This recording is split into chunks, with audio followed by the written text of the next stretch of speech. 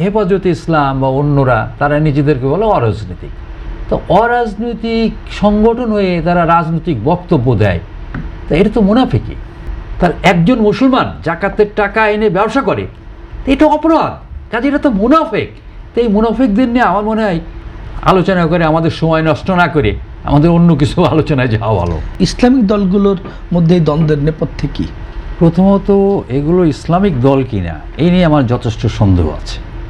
প্রথমেই বলা যাক জামাত ইসলাম, এটা আমার কথা না, মাওলানা ভাসানী বলতেন জামাত ইসলাম ইসলাম না। তো এই বড় দলটা মানে এখানে ইসলামী দলগুলোর মধ্যে বড় দল, সেইটাই তো ইসলামী দল হিসাবে স্বীকৃত না।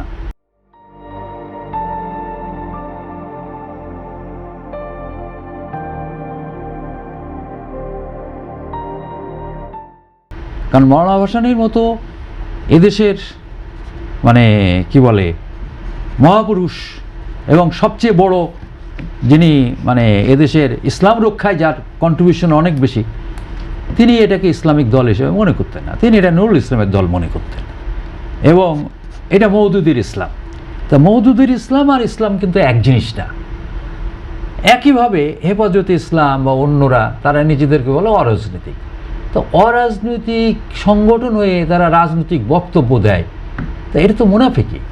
ইসলামের দৃষ্টিকোণ থেকে যদি আমরা বিচার করি, একটু আপনাকে মনে করি অবহিত করি, হেফাজত ইসলামের আমির আল্লামা শাহ মহিবুল্লাহ বাবুনগরী একটি লিখিত বক্তব্যে আজকে বলেছেন, জামাত সম্পর্কে বলেছেন, মৌদুদিবাদের মতাদর্শিক ভুল ও বিভ্রান্তি সম্পর্কে উম্মাকে সতর্ক থাকতে হবে।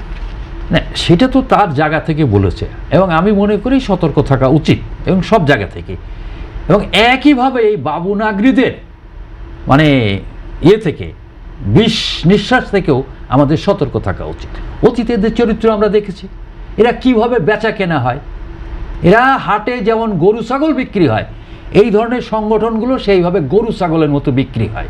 আমরা বিগত সরকারের সময় দেখেছি এই ইসলামিক দলগুলো কিভাবে বেচা কেনা হয়, কি ইসলামী শাসনতন্ত্র আন্দোলন, তারা শেখ হাসিনার ল্যাজ ধরে যা ইচ্ছা তাই কর্মকাণ্ড করেছে। একদিকে বলে এই সমস্ত দলগুলো আমরা আমরা অরাজনৈতিক সংগঠন, আবার রাজনৈতিক মঞ্চে উঠে আবার বলে আমরা নারী নেতৃত্ব চাই না, আবার একই মঞ্চে উঠে সেই নারীর বদলেহন করতেও আমরা দেখেছি। কাজে এদেরকে নিয়ে কি কথা বলবো? এদেরকে নিয়ে আসলে কথা বলতে সত্যি অর্থ আমার মানে এই ইসলামিক দলগুলোকে নিয়ে কথা বলতে রুচিতে বাধে। এবং এরা তো একার ফ্রম দি ভেরি বিগিনিং, বাংলাদেশের জন্ম না তারও আগে থেকে এরা ইসলাম বিরোধী কর্মকাণ্ড করছে। বাংলাদেশ ছিল একটি মানে সাম্প্রদায়িক মানে একটি সম্প্রীতির একটা দেশ, হিন্দু মুসলমান খ্রিস্টান সবাই মিলে এই দেশের মানুষ শান্তিতে ছিল। প্রথম অশান্তিতে কারা করেছে? এই তথাকথিত ইসলামিক দলগুলো এখানে দাঙ্গা করেছে, একটা পরিবেশ নষ্ট করেছে। তারা এসে কে কাদিয়ানি, আরে বাবা সে মুসলমান দাবি করছে, তোমার অসুবিধে কি আছে? সে করুক তার ধর্মচর্চা, যে শিয়া ধর্ম অবলম্বী তাকে ধর্মচর্চা করতে দাও। এ শিয়া, ও কাদিয়ানি, এ সুন্নি, ও ওহাবি, এই যে বিভিন্ন বিভেদ তৈরি করছে মুসলমানের মধ্যে।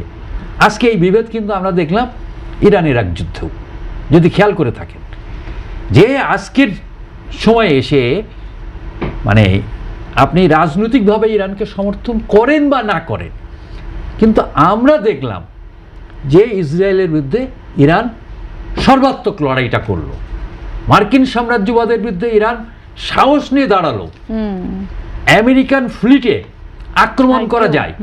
মানে একটা ধারণা ছিল আমেরিকান নেভাল ফ্লিট মানে এটা অজেয়, একে কেউ পরাজিত করতে পারবে না, কিন্তু ইরান প্রমাণ করে দিল এটা করা যায়, একেও পরাজিত করা যায়। সেই তাদেরকেও কি শিয়া বলে অবজ্ঞা করা হচ্ছে, সুন্নি ওয়াহাবি, এদের তো কোনো চরিত্র নাই, অথচ এরাই একসময় ইরান থেকে টাকা এনেছে, এখন ইরান থেকে টাকা পাচ্ছে না, কারণ ইরানের অবস্থা ভালো না। সৌদি আরব থেকে টাকা পাচ্ছে, কিসের টাকা দাও জানেন? সৌদের মধ্যে টাকা দেয় না, জাকাতের টাকা। এমনি তো জাকাতের টাকা গরিব মানুষের হক, কিন্তু এরা জাকাতের টাকা এনে ব্যবসা করে। তার একজন মুসলমান জাকাতের টাকা এনে ব্যবসা করে, এটা অপরাধ, কাজে এটা তো মুনাফিক। তো এই মুনাফিকদের নিয়ে আমার মনে হয় আলোচনা করে আমাদের সময় নষ্ট না করে আমাদের অন্য কিছু আলোচনায় যাওয়া ভালো।